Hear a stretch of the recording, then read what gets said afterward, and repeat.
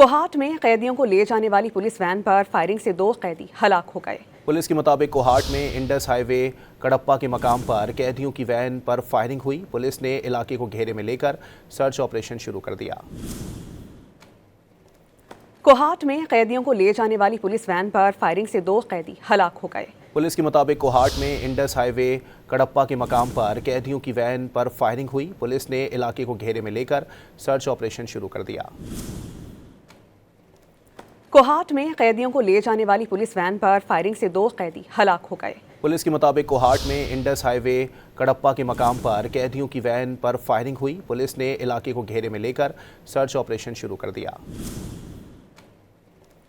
कोहाट में कैदियों को ले जाने वाली पुलिस वैन पर फायरिंग से 2 कैदी हलाक हो गए। पुलिस के मुताबिक कोहाट में इंडस हाईवे कड़प्पा के मकाम पर कैदियों की वैन पर फायरिंग हुई। पुलिस ने इलाके को घेरे में लेकर सर्च ऑपरेशन शुरू कर दिया।